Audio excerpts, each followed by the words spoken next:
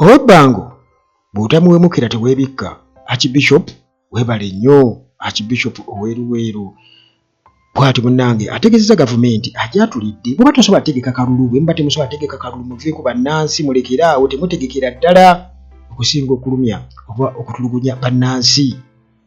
Ate waliwo MP eyawambiddwa era byonna mu mpozi yaffe eno. Gavumenti erumika amasimu. Gwoba oli awo munnange oyogera ne munno gavumenti ebeera ewuliriza balumika amasimu. Kati nno munnange waliwo abalabudde. Miriam Matembe akubye omulanga eri ababaka okubeerako kye bakola okunogera General Museveni eddagala. Singa babeera bakikoze babeera batuyambye. Kulamusizaako gwe wenna mpuliriza wano ku Uganda at large, era ekikulu ennyo subscribing, sharing, ate nyiga notification bell. Subscribing onyige notification bell, osharinge emboozi munnange ebeera ekusanyusizza. Hillside View Apartments kyekifo ekitegekeddwa obulungi eri gwe wenna eyandyetaaze okubaako w'opangisa okusula okumala ennaku engere. Ekifo kino kirimu buli kimu, oba oyinza okugamba kiri fully furnished. Kirina free wifi, parking nga ziddala ate nga ya bwereere. Apartments zino zizimbiddwa ku mulembe, anti munnange bw'ogipangisa obeera ng'ali mu makaago, tolina kiweetaaga kwetikka kutwala, oyagala kwefumbira, buli kimu mwekiri. Ate nga ne ba caretakers babaawo okuweereza. Security y'amaanyi emisana n'ekiro. Kifo kisirifu ekiyinza okuwa emirembe okuwummuliramu ate nga n'omulirwano gwa buvunaanyizibwa. Hillside View Apartments zisangibwa ku kyalo Janyi ku Kyaki. Gwe munnange ava ku Entebbe Airport ovugirawo eddakiika 25 zokka olubotuuka ekitende Kajjansi, n'ovugirawo eddakiika 8 zokka okutuuka ku Hillside View Apartments. Bw'oba ova Kampala ovugirawo eddakiika 25 zokka, ate gwe munnange ava e Munyonyo Kinyana Mpindi kubanga eddakiika ziri 10 zokka. Emiwendo gikkirizika ate nga gyakuteesa. Kuba ku 0704 13 19 99 oba 0770 717 878. Okukosa ne transport ow'obwereere. Transport wa bwereere gwe munnange ali wabweru wa Uganda nga obuukinze ne Hillside View Apartments. Emmotoka ejja kuba ekulindiridde ku airport yawo yoga ku Hillside View Apartments wali ku Kasozi Janyi. Munnange Archbishop avuddeyo naye atulira gavumenti nti bwe muba temusobola temuli beetegefu okutegeka kalulu oba temuli ready kubeera nga babavuganya mujjeewo okulonda. Bwe muba temuli ready kubeera nga muvuganyizibwa mujjeewo okulonda, temukuba bantu. Munnange nakoze omwezi 28 yabadde anniversary eyakasana Luweero Diocese. Archbishop Paul Semwogerere bw'atyo n'ayogera ku violence eyolekedde akalulu ka 2026 era wano ne yeebuuza nti singa gavumenti muli ekiraba nti tesobola kubeera ng'evuganyizibwa baali badde tebategeka kalulu, era nga yeebuuza lwaki gavumenti ekkiriza ebikolwa ng'ebyo kubanga bibaawo bwe babeera nga tebali ready kubeera nga bavuganyizibwa nga si beetegefu. Naffe nga tukyebuuza tugamba General Museveni newankubadde aganye okwerimbika mu demokulasiya ayagala okulimba nti nze omufuzi omulonde. Jubeera abafuzi balonde tulonda bakulembeze, naye ye muganda wange asalawo akalulu n'akatoga kyekisooka yakulagira ddala nti taligenda kukkiriza sha mubansinga batya balangirira batya omuntu omulala. Museveni akyogera lunye olabira ddala nga omusajja oyo teyeetaagira ddala muntu mulala yenna yamanyi nti Entebbe yagiwamba ne bw'aba ayogera omulaba waakiri okutta omuntu ayagala okumwesimbamu, era ekyakyogera lunye naye nga takkiriza. Kati Archbishop n'ategeeza n'agamba bannange ekikolwa eky'okukuba abantu abagezaako okubeera nga banominatingibwa okubeera nga beesogga akalulu, ekyo nga tekikola, nga kibi nnyo. Bwe muba temwagala kubavuganya nga temwagala abo babavuganye kati mujjeewo okulonda mu kujjeewo tukitegeere nti kati yes 100% teri kwebuzaabuza tuli ku mudumu gwa mundu kuba tuli ku mudumu gwa mundu kuba tufugira kakati munnange ono nga yakamala emyaka 13 nga bishop owakasana Luweero munnange Archbishop bw'atyo akubye omulanga eri abakulembeze bonna ne bannansi bonna okubeera nga bawa ekitiibwa babewa ekitiibwa wamu n'okubeerawo obwerufu mu nsonga z'okulonda. Uganda esembedde akalulu 2026 Archbishop Ssemwogerere bw'atyo n'alabula abantu aboogerera bannaabwe amafuukuule era aboogeza ennugu hate speech abantu abavuma mu byobufuzi waliwo ababa beetaaga okuwa level naye Archbishop nga bo beetaaga okubeera nga baweebwa level kakati naddala ku social media kituufu kubeerako abantu naye kati nze sikyanenya nnyo bantu kiri awo kubanga abasajja bagezaako nnyo tufuula abasiru waliwo ekintu kye bakola kati nga Kulayija ayinza okujja n'ayogera noga nti baba muvuma bamuvume muhoozi n'ayogera noga nti basobodde bamuwalabule kubanga naye ng'ayogedde ebintu byolabira ddala nti ye tagambwako ye talina baanyiiza naye abako baanyiiza kyaba ayogedde akiraba nti kinyiiza omuntu akwewerera okutta kasaakwewerera okutta nti mmwe ngenda kubamalawo kati abantu bakuvuma ng'ate ogamba nti kati munvuma waaki munvuma gwe ekivumo kiba tekikusse naye ate gwotta ne weewerera okutta ate mu lwatu era n'otta naye ate gwe n'oba n'omusango munene nnyo olw'okuba ogambye ku muntu akweweredde okukutta mbu n'omuvumayo just akavumo kamu kakati bw'atyo munnange Archbishop ng'agamba nti katulekerawo okubeera katukozesa social media okubeera nga ate tuvuma abalala wamu n'okubaweereza ebigambo ebisongovu yes nga munnaddiini bw'atyo bw'alina okwogera kubanga era yali badde empisa kubanga bo baliwo okutulyoya myoyo naye Archbishop naddala ku lw'eddiini ey'Obukatuliki mwebale nnyo kubanga bannaddiini basirise bati balinze mabaasa kuva eri General Museveni balinze mabaasa kakati era munnange bw'atyo n'avumirira excessive force ekozesebwa aba security agencies eyakozeseddwa ddala wano mu kalulu k'e Kawempe mu nominations ez'e Kawempe twalabye nga abajjaati bakuba candidate ne batuuka n'okumwambula munnamawulire owa Top TV ne bamukuba eriiso teyasigazza era nabategeezezza wano ku Uganda at large nti ayinza obutaddamu liiso lye likubeera nga liraba wabula Minisita Bahati yagambye mbu bagenda taking care kumujjanja bayagambye medication kubanga bwe banaaba bamuwaddeyo essente ennyingi ennyo ziba 5 million tebasukka waawo naye tezigula liiso kakati era mwalaba Segerenja kye balina okukola kumutwala mu palamenti mbu bamurecognizing nakugenda kulwanira Mulambeeri naye ng'obulamu bukoze eki bugenze naye ne bakuliriza ekyo kakati munnange Archbishop agamba nti level eya violence esusse era eno munnange eri deeply troubling kati Archbishop era bw'atyo n'alaga nti gaapu nene nnyo wakati wa gavumenti statements zeekola bw'eba eyogera ku violence wamu munnange ne violence yenini ne tocha kubanga beegaana so nga ate munnange ate byebeegaana bye bakola kubanga abadde ekyokulabirako nti General Museveni mbu abadde nga clear nnyo mu ntandikwa nga agamba nti violence erina okukomezebwa effujjo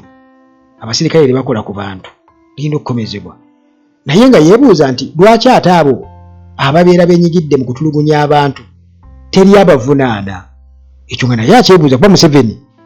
bw'aba asobola okulona Besigye e Kenya kakati wano e Uganda akulaga nti n'abo abakuba abantu 220 mu kampeyini ezo mujjukira okwekalakaasa kwe baategeka nabo teri abavunaana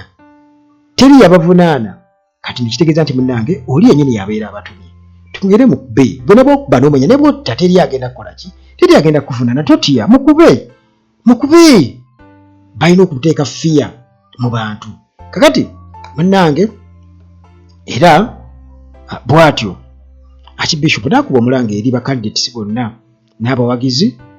abagenda mu by election ye Kawempe babeere ba mirembe era bagoberere amateeka. Era n'ategeeza nti nga Basiraamu batandise ekisiibo wamu n'Abakristaayo okubeera nga kati beetegekera okusiiba. Archbishop Ssemwogerere bw'atyo akubye omulanga nti abantu balina okubeera nga munnange basaba babeera bagumiikiriza ate era bakyuke. Ku nsonga eyo ekizibu kyatandise dda wano,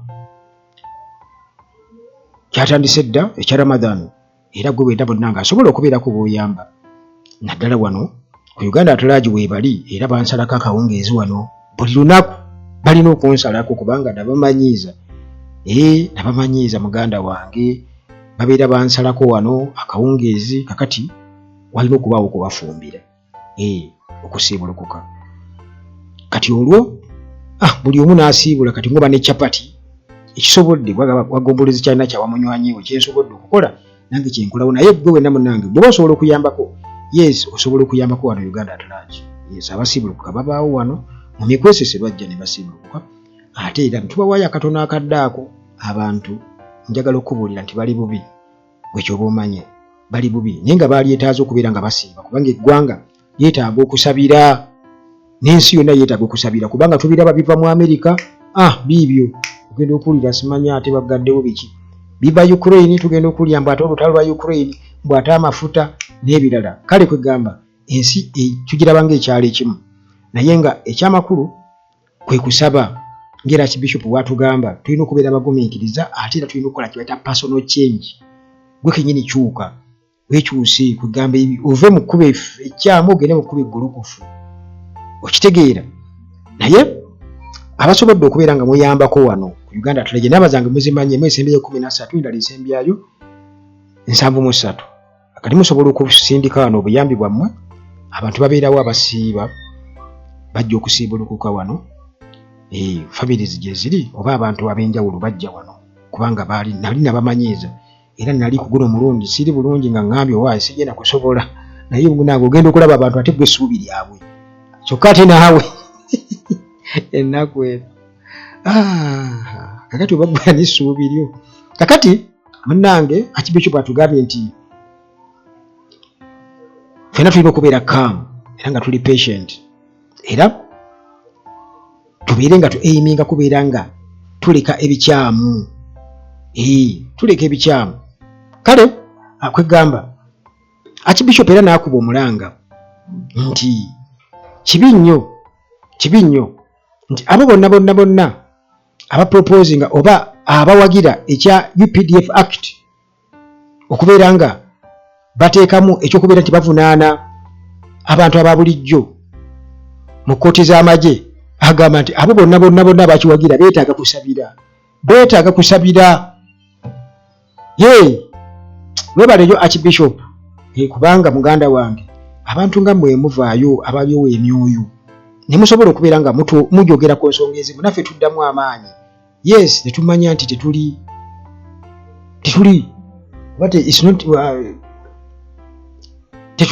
tetuvudde ku line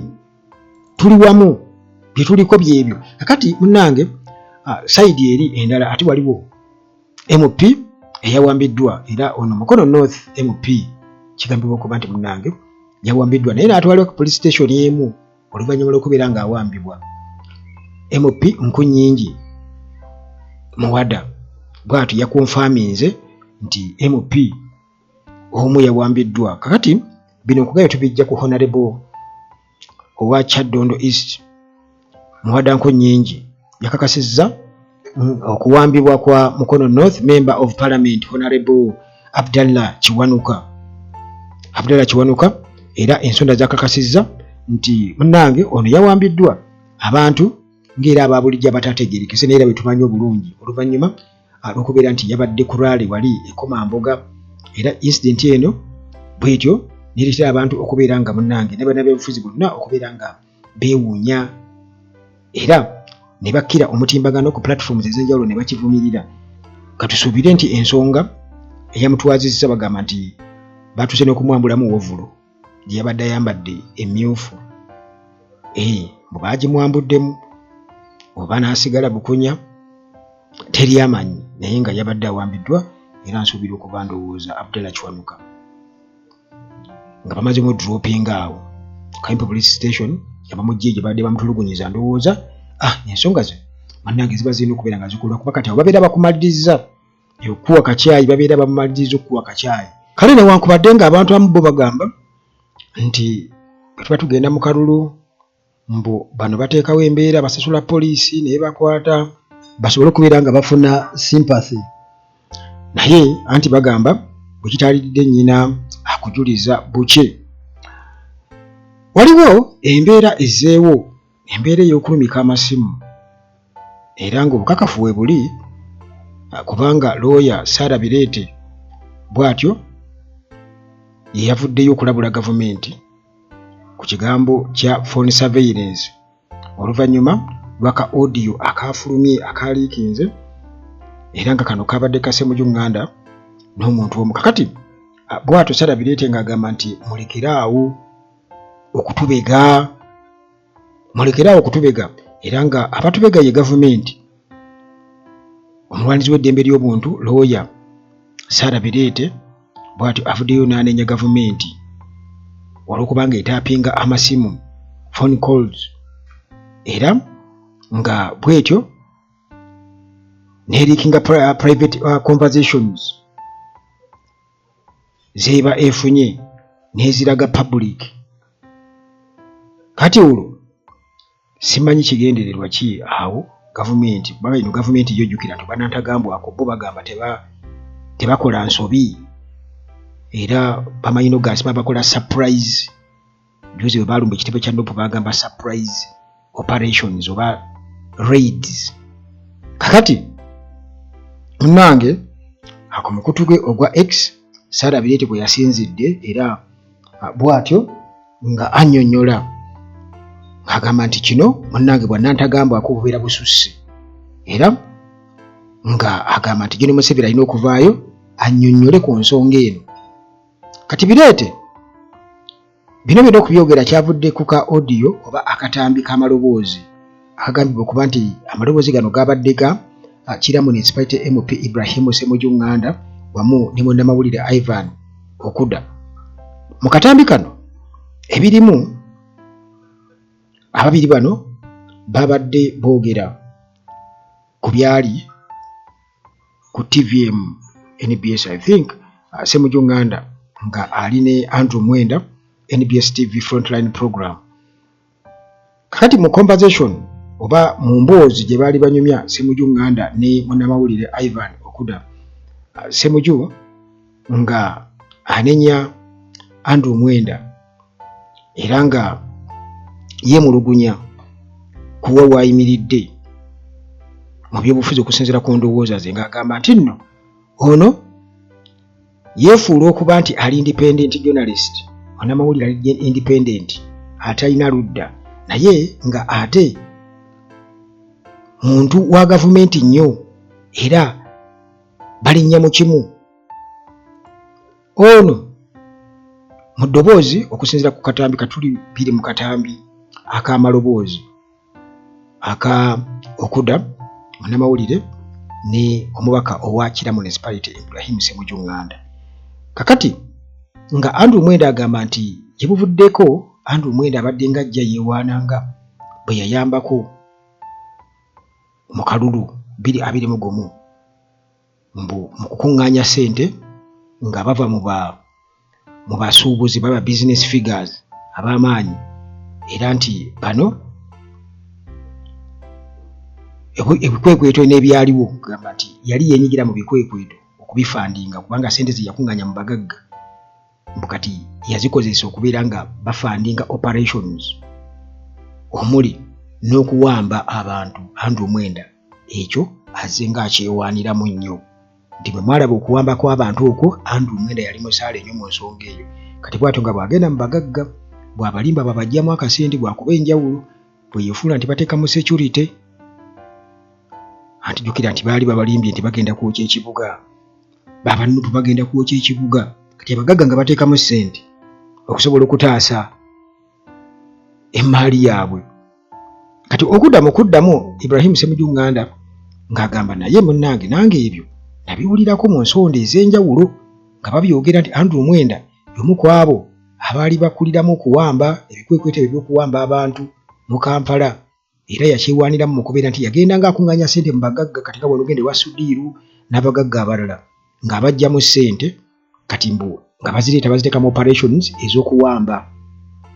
abantu mu kibuga aba opposition naddala kubanga be baawambibwa. Kakati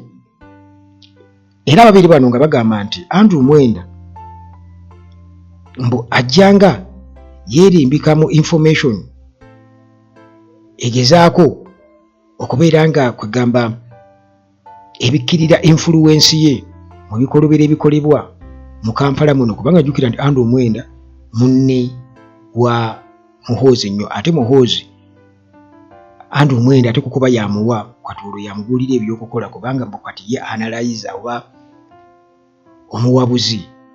asobola okumubuulira kati kola bwoti. Kati Andrew Mwenda abadde musaale nnyo mu ebyo kubanga jjukira nti Muhoozi bwe tumulaba awo abamuli emabega be baani biba Andrew Mwenda era be bali emabega w'okuwamba kw'abantu. Kakati era nga bo bagamba nti ekintu kye basuubira okuba nti ate era ekyo abantu bakimanyi era nga ne mu debate gye babaddemu ku TV Frontline program ekyo kimuyisa bubi nnyo, kwegamba kimukola bubi nnyo kubanga akimanyi bulungi nnyo nti bano bamanyi bingi nnyo ku nsonga eyo. Kati bano era boogera ku selective law enforcement nti bwe kijja kukwasa amateeka awo waliwo ebyana n'abaana era nga banokolayo abawagizi ba NOP abazze nga bakwatibwa ne basiba olw'okwambala obukoofiira akabonera akalaga People Power Movement. So nga abantu nga Mwenda balabiddwako nga bambala uniformu z'amagye, akabonero ketumanyi obulungi nnyo uniformu eziraga obulungi nnyo nti za UPDF naye nga tebakolwako. So nga ate abaana munnange bazze nga bakwatibwa bebasanga bambadde ebimyufu, bambadde obukoofiira bwa People Power, bwe bati munnange ne basibwa. Kakati awo nekiraga nti amateeka gakola kubamu, abamu tegabakolako. Kale bwe bati nga bagamba nti double standards ez'ekikula ng'ekyo munnange kitegeeza nti zikola mu gavumenti ya General Museveni era zireesewo obwonkenke obw'amaanyi. Kakati audio ono ng'amaze okubeera ng'afuluma kuba kati yebadde emboozi mu katambi k'amaloboozi akafulumye nga kalaga nti ka Okuda munnamawulire ne Ssemujjunganda. Kati bwe bati munnange bannayuganda nga bamaze okubeera nga bafuna akatambi ako bakawulira nga bagamba nti kakati olwo emboozi private conversations zijja zitya okubeera nga ate zituuka mu bantu kuba kati tuli ku gavumenti erimu abasajja nga bakulayigi ng'era ajja kujja kino akikole akiwagire nnyo agamba abantu balina okumanya ebintu abantu biboogera kubanga ng'aweza. Kakati munnange ekyo ne kyongera okubeera nga kikakasa nti gavumenti amasimu egalumikira ddala ate nga tewali legal authorization, bakikola mu bumenyi bw'amateeka era nga kino muganda wange kitegeeza nti kulinnyirira ddembe ly'abuntu awatali yadde okubuusabuusa era nga kino bakikozesa nnyo okutiisatiisa bannansi okuba intimidatinga. Kakati munnange Sarabireete okwogera ku nsonga eyo ng'agamba nti kakati kiba kitegeeza nti abantu eddembe lyabwe okubeera nga boogera oba boogerezeganya ne bantu bannaabwe kiba kitegeeza nti ekyo kirinnyiddwamu eggere nti gwe munnange okwogerezeganya n'omuntu katugeze okubya essimu olina gw'okubidde yenna gwe beekengera oba gwe si kumwekengera nti agenda kujjako gavumenti naye kumwekengera nti awakanya gavumenti kubanga bo awo oba otandise okujjako gavumenti ate ng'okujjako gavumenti oba kugamba okugiwakanyamuuko si kujjako gavumenti waliwo okuwakanyamu gavumenti kuba musango gwennyini ogwa naggomola kubanga kiba kitegeeza nti mwe mulina kukkiriza bukkiriza mukkirize kubanga ffe abateekeddwa ffe tulina vision ya Africa era kyobulaba ohuuza omuwulira Haiti waageza kukulaba nga aspreadinga arms okubeera relevant mu nsi yonna mu maite UPDF era Congo mulaba batandise okubeera nga baadvansinga ebyaddala nti gwe kino bo oba oli awo gavumenti ya Congo kyetunuulidde obutunuulizi nerowooza nti nno bano bajja kuyamba naye bwe bafaanaganako nga kapa eyimiridde awo emmese n'ejjanga egireetedde okugiwaabira ng'ejja okwemulugunya munnange kapa bano bankola bati kakati Congo ebintu bye yeesembeeza tebimanyi UPDF gattako amagye g'e Rwanda ogatteeko M23 ogatteeko abantu abo wakati n'abo abayeekera UPDF beebagamba bebalwanyisa enkeera mujja basanga ng'ate bali wamu nga babakonvinsinze kati balwanira ku sayidi yaabwe eyo Congo teriiwo njagala okubabuulira kakati gavumenti ebbanga lyonna naddala kuba opportunity figures ebadde nga ejja ekola kye bayita cyber surveillance nga banoonyereza ku bantu WhatsApp n'ebirala byonna bataapinga amasimu bagalumika okukosa munnange n'okubeera nga basalawo okubeera nga bakwata abo be basuubira okuba nti oba oliawo boogera ebintu ebibanyiga oba ebinyiga abantu abalala gavumenti yeerebeka mu kubeera nti nno kakati abakozesa obubi omutimbagano computer misuse n'ebintu ebifaanaganako bwe bityo so nga ate mu butuufu kitegeeza nti civic space nayo erina okubeera nga eweebwa ekitiibwa kakati munnange ku nsonga ezo ezifaanaganako Modro Matembe bw'atyo yabadde akuba omulanga naye omulanga gwe okusinziira muganda wange ku kintu ky'ayagala yagamba nti ababaka balina okwempiikinga General Museveni balina okubajjamu obwesige